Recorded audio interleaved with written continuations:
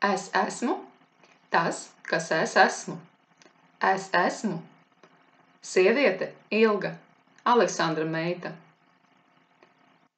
No Vedrusu, Guļajevu, Mulku, dzimtas. Un šodien, 2024. gada 16. oktobra dienā, atrodoties uz dzimtas zemes, ar pilnu atbildību es paziņoju.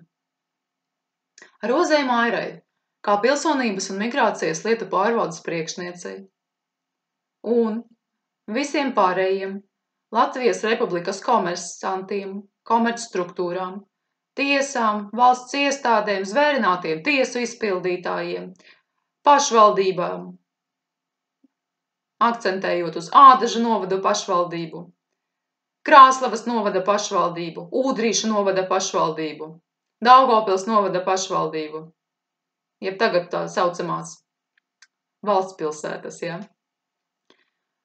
Un policistiem, tiesām un visām citām struktūrām, kas ir ierakstīti komerc reģistros un veids komerc darbību, tiek paziņots sekojošais.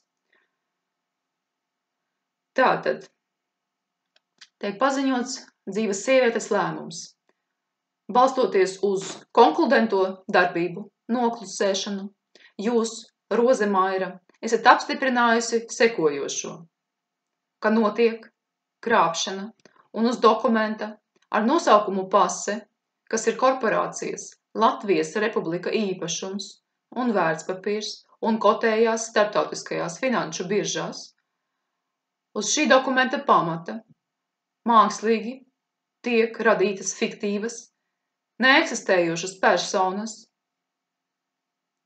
tā saucamās valsts iestādes, tiesas, policija, zvērinātu tiesu izpildītāju, pašvaldības, kas ierakstītas komerc reģistros, ļaunprātīgi izmanto viņiem nepiedarošus tiesību subjektus ar mērķi gūt labumu.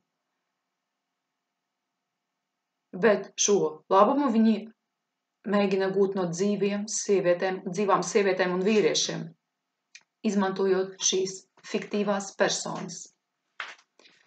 Tas ir sodāms ar krimināla likuma 145. pantu.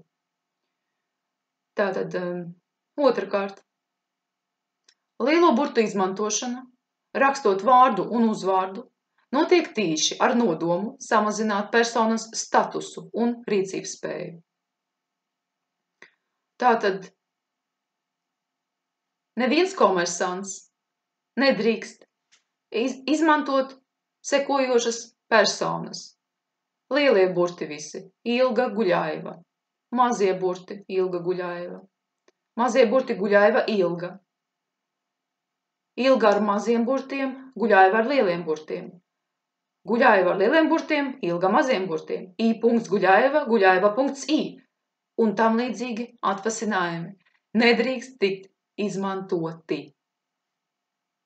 Tie nepastāv dabā, nav leģitīmi. Tāpat paziņoju, ka dokumentā ar nosaukumu pase, kā turētāja, ir sieviete Ilga, ir patiesā labuma guvēja un beneficārs. Esmu paziņojusi par šo faktu. Līdz ar to es, dzīva sieviete Ilga, paturu visas tiesības veikt man nepieciešamos ierakstus dokumentā ar nosaukumu pase. Ir paziņots rakstveidā un elektroniski arī, ka visas veiktās konkludentās darbības, ko es esmu veikusi ar augstāk minētajām personām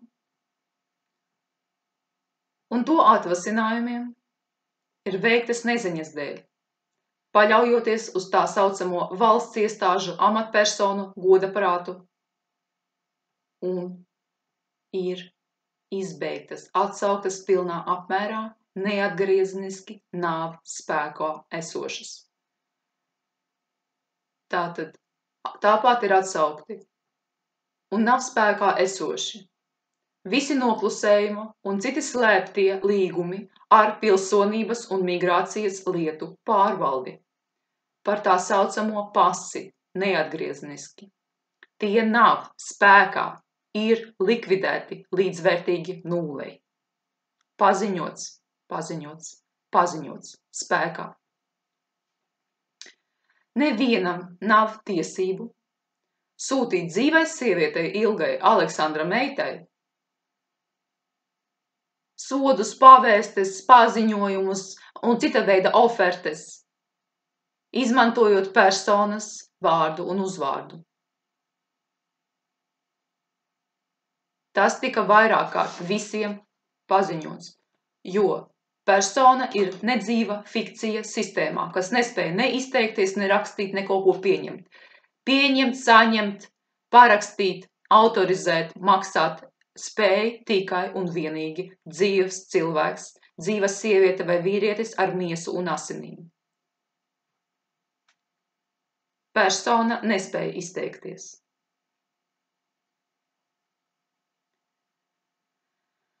Līdz ar to visi sodi, lēmumi, rīkojumi un tam līdzīgas ofertes, kas piespriesti personai, ir nekavējoties anulējami, nav legitīmi. Es nekad neesmu devusi no brīvas gribas piekrišanu, ka uz mana vārda tiek dibināta fiziska vai juridiska persona. Tas pats attiecas uz īpašuma tiesībām, uz tā saucamo personas kodu, numurs, ja, ko piešķīra vienpusēji Latvijas Republika. Korporācijas Latvijas Republika vienpusēji ar viltu uzspieda šo numuru lietošanai. Tas dokumenta autorei šeit man nepieder. Un šī koda izmantošana nav likumīga iespēja identificēt mani, dzīvu sievieti, Ilgu. Tāpat tiek paziņots, ka publiskais dokuments, jeb ceļošanas dokuments pase, nepieder personai, bet ir korporācijas ar nosaukumu Latvijas Republika īpašums, ko pārstāv valsts kase Āboliņa Kaspara personā. Un publiskajā laukā pase nedrīkst tikt izmantota un pieprasīta uzrādīt no tiesu, policijas, zvērinātu tiesu izpildītāju, notāru vai citu komerc iestāžu puses. Uzrādīt publisku īpašumu kā privātu pēc likuma ir aizliegts. Un to ļoti rupji pārkāpj tiesas, jo īpaši Latgales rajona tiesas, tiesneses lomas tēlotāja Šteineinte, viņas palīdze Agrita Vanaga, ir veikta videofiksācija par šo pārkāpumu. Tātad ir paziņots, ka nevienam komersantam vai tā saucamajai valsts iestādei nav tiesību izmantot nepiederošus tiesību subjekta datus, fiktīvas personas, sadarbībai ar mani, ar dzīvu sievieti. Fiktīvu datu inkriminēšana dzīvai būtnei nav pieļaujama un nepiederošu personas datu izmantošana ir sodāma ar krimināla likuma 145. pantiņu. Palasiet valsts iestādes, palasiet savus pašus pantiņus un sāciet beidzot pildīt. Tātad aizliegts pārkāpt vārda rakstīšanas noteikumus un saukt sievieti Ilgu Aleksandra Meitu par personu, nodokļu maksātāju vai fizisku personu vai kāda veida cita persona, ko jūs tur uzcepsiet, izdomāsiet, jā, vēl. Tātad vēršu tāpat uzmanību uz sekojošo pozitīvo tiesību kanona pantu 2057. Jebkurš administrators vai izpildvara, kas atsakās nekavējoties atcelt cestuīkvī trastu ar brīdi, kad tiek paziņots par statusu un kompetenci, jeb rīcības spēju, ir vainojams krāpšanā, un savu fiduciāro pienākumu būtiskā pārkāpšanā, pieprasot tās tūlītēju atcelšanu un sodīšanu.